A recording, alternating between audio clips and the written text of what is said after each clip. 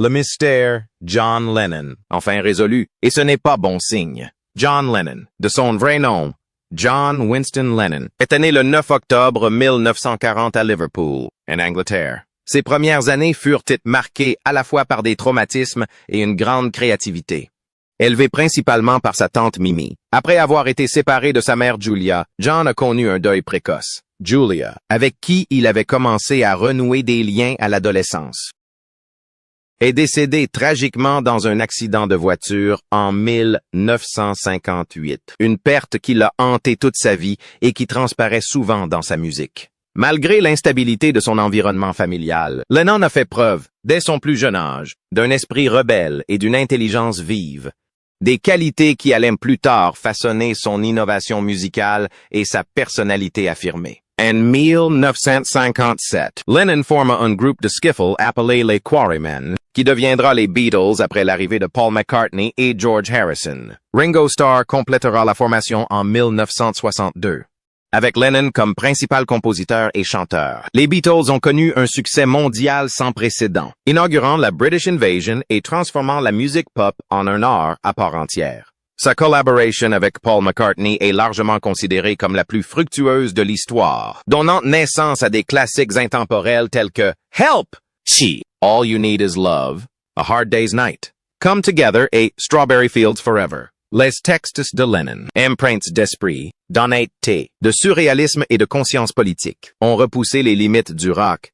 Au cours des années suivantes, les Beatles connurent un succès sans précédent, passant du statut de groupe de rock britannique populaire à celui de phénomène culturel mondial, de 1963 à la fin des années 1960. Leur popularité atteignit des sommets inégalés, souvent qualifiés de Beatlemania. Ils dominèrent les charts au Royaume-Uni et aux États-Unis, enchaînant les tubes tels que I Want to Hold Your Hand, She Loves You, A Hard Day's Night et Help.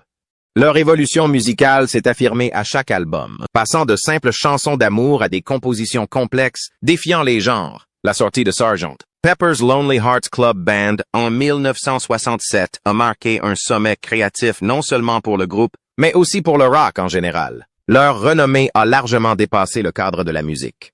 Les Beatles étaient perçus comme les chefs de file d'une révolution culturelle mêlant jeunesse, liberté, politique, mode et rébellion. Cependant, la mort soudaine de leur manager de longue date, Brian Epstein, en 1967, fut un coup dur qui amorça un lent délitement de la cohésion du groupe. Epstein, souvent surnommé le cinquième Beatle, était le ciment qui assurait l'équilibre entre les affaires et les personnalités au sein du groupe.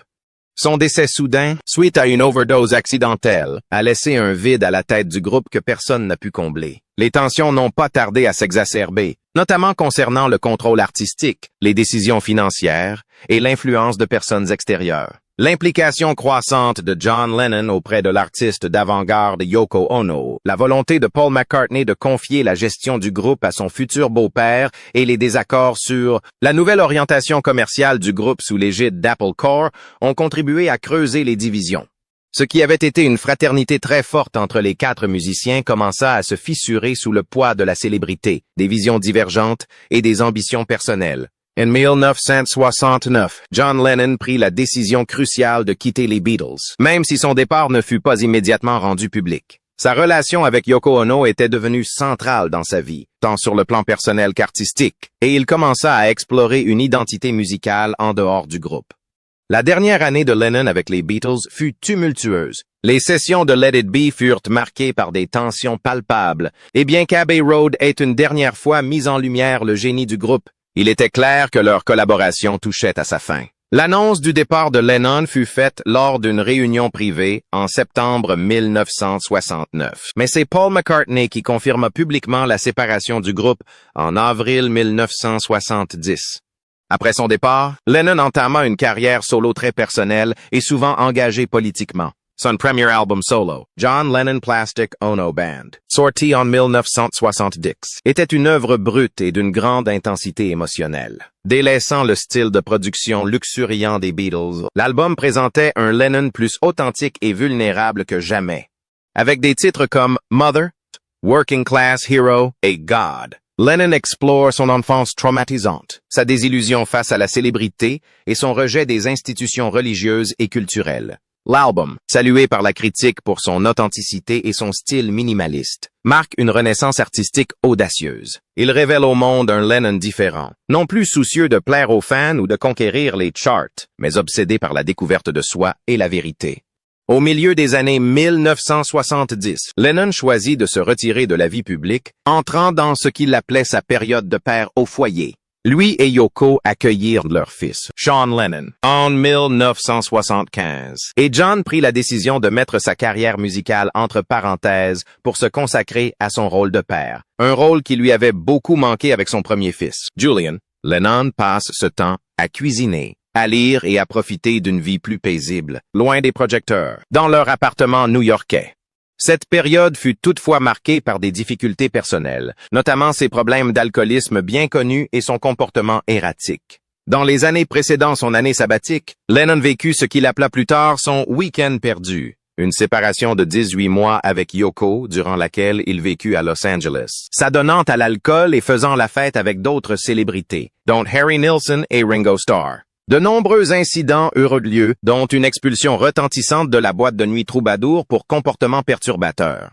Ces épisodes ont fait les gros titres et ont mis en lumière le profond bouleversement émotionnel que traversait Lennon alors qu'il cherchait un équilibre dans sa vie après les Beatles. Après une pause de 5 ans, Lennon a fait un retour très attendu à la musique avec la sortie en 1980 de Double Fantasy, un album enregistré avec Yoko Ono. Ce disque célébrait leur amour, leur maturité et leur bonheur retrouvé.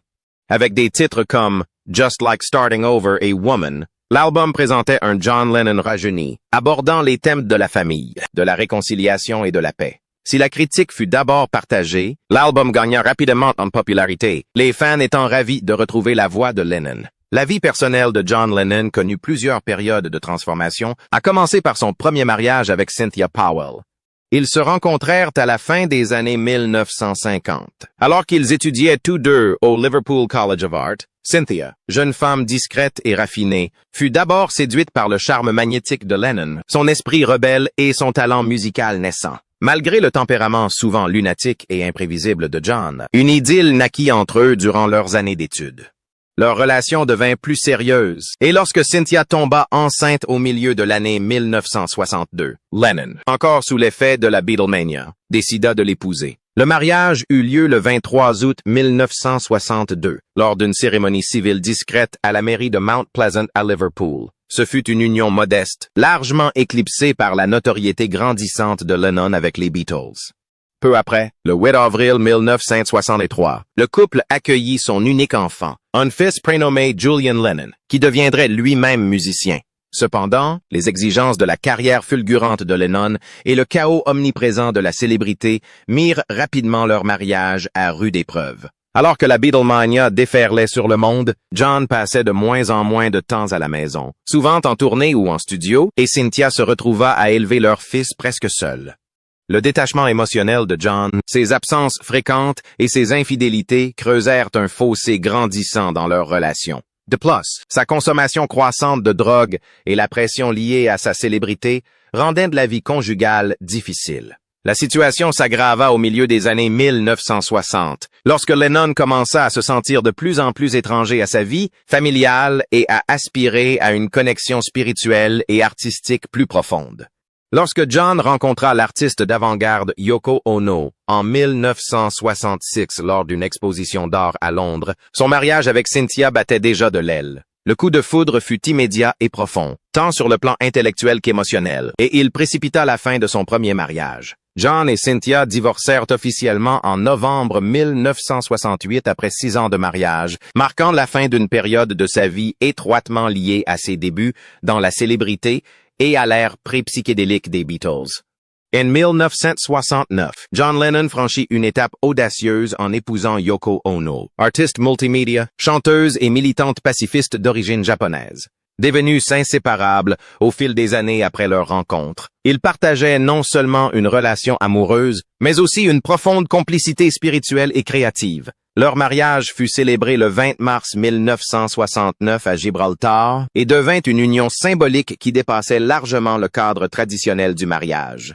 Cela marqua le début d'une nouvelle phase dans la vie de Lennon. Axé sur l'expression de soi radicale, l'activisme social est une véritable renaissance personnelle. Ensemble, ils passèrent leur lune de miel à organiser un Bed-in for Peace à Amsterdam, utilisant leur mariage comme tribune pour promouvoir la paix dans le monde et protester contre la guerre du Vietnam. Leur relation fut souvent controversée, de nombreux fans et médias accusant Yoko d'avoir contribué à l'éloignement progressif de Lennon vis-à-vis des Beatles. Cependant, Lennon insistait sur le fait que Yoko était une source d'inspiration et de force, l'encourageant à se lancer dans des projets solos et des expressions artistiques plus avant-gardistes. Leur union porta ses fruits non seulement par des collaborations créatives, mais aussi par la naissance de leur fils unique, Sean Lennon, le 9 octobre 1975, jour du 35e anniversaire de John. Contrairement à ce qu'il avait fait avec Julian, John s'était forcé d'être un père présent et attentionné pour Sean. Il a fait une pause de 5 ans dans sa carrière musicale pour se consacrer à son fils, préparant du pain maison, l'élevant et cultivant une vie familiale plus paisible et équilibrée à New York. Yoko a continué de gérer leurs affaires professionnelles et artistiques pendant cette période, confirmant son rôle non seulement de muse, mais aussi d'influence majeure sur la carrière de John après les Beatles. Son influence était manifeste dans plusieurs albums solo de Lennon, notamment Imagine et Double Fantasy, où son approche artistique expérimentale et avant-gardiste se mêlait à la sensibilité plus mélodique et introspective de Lennon. Leur relation, bien que souvent scrutée par le public, était profondément intime et collaborative, et dura jusqu'à l'assassinat tragique de Lennon en 1980. Depuis des décennies, d'innombrables fans, historiens et adeptes des théories du complot sont tentés par les circonstances de la vie et de la mort tragique de John Lennon. Bien que les faits de son assassinat le 8 décembre 1980 devant le Dakota Building à New York soient connus depuis longtemps, abattu par un fan déséquilibré, Mark David Chapman, les circonstances exactes de ce meurtre, les questions du pourquoi et du comment, ainsi que le contexte plus large des dernières années de sa vie, sont restés longtemps nimbés d'ambiguïté, de récits contradictoires et de douloureuses spéculations. Mais des documents récemment exhumés, des interviews longtemps tenues secrètes et des enregistrements obscurs pourraient enfin avoir levé le voile sur ce mystère, et la vérité est bien plus sombre que quiconque ne l'aurait imaginé. Ces nouvelles révélations ne se contentent pas de revenir sur la nuit tragique du meurtre de Lennon. Elles plongent au cœur d'un monde souterrain psychologique et politique, soulevant des questions troublantes sur la surveillance, la manipulation et la possibilité que John Lennon, jadis symbole de paix, soit devenu trop dangereux pour certains puissants intérêts. Pendant des années, des rumeurs ont circulé selon lesquelles Lennon figurait sur une liste de surveillance du FBI, un détail confirmé des décennies plus tard par la déclassification de documents.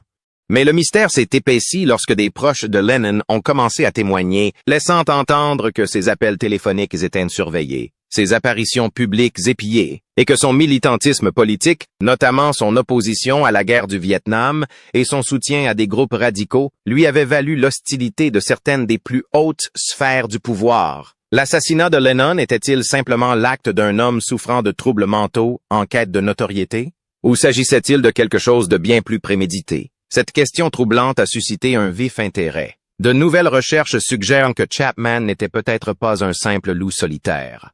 Bien qu'il ait porté avec lui le livre « L'attrape-cœur » et l'ait cité comme son manifeste, une analyse plus approfondie de ses antécédents psychiatriques, des incohérences dans son récit des événements et de son calme étrange, après la fusillade, ont alimenté des théories sur le conditionnement psychologique, certaines évoquant des liens potentiels avec des programmes de renseignement comme MKUltra. Plus troublantes encore sont les révélations tirées des dernières interviews de Lennon, notamment ses déclarations poignantes de 1980, où il confiait se sentir surveillé et en danger. Il y parlait ouvertement des pressions liées à la célébrité, de la trahison de ses anciens amis et du sentiment accablant d'être entouré de personnes qui voulaient le faire taire, non seulement artistiquement, mais définitivement. « Vous ne savez pas à quel point j'ai frôlé le précipice », a déclaré Lennon lors d'une de ses dernières conversations, et combien de fois j'ai failli basculer. Ces derniers mois, un ancien consultant en sécurité, ayant collaboré avec des services de renseignement de haut niveau, et affirmant avoir été chargé de surveiller des personnalités culturelles, a publié ses mémoires sous pseudonyme. Il y décrit le projet Eclipse, une opération secrète visant à neutraliser les influenceurs publics considérés comme des menaces subversives. bien qu'il n'ait jamais nommé Lennon directement, le calendrier. Les descriptions et les cibles correspondent étrangement aux activités de Lennon dans les années 1970 et au début des années 1980. Si ce récit troublant est ne serait-ce qu'en partie vrai, la tragédie de la mort de John Lennon dépasse largement la perte d'un génie musical. Elle devient le sombre reflet de la manière dont les institutions peuvent chercher à faire taire les voix les plus critiques. Lennon, qui chantait autrefois « Donner une chance à la paix », a peut-être payé le prix fort pour cela. Bien que les archives officielles ne confirment probablement jamais ouvertement ces soupçons, les preuves qui s'accumulent nous obligent à reconsidérer nos certitudes. Le mystère de la mort de John Lennon, autrefois perçu comme un événement tragique mais isolé, apparaît désormais comme un imbroglio complexe de politique, de paranoïa et de pouvoir. Et à mesure que ce réseau se dévoile, une chose devient de plus en plus claire. La vérité, qui refait surface après des décennies d'obscurité, n'est pas seulement troublante, elle n'est pas bonne.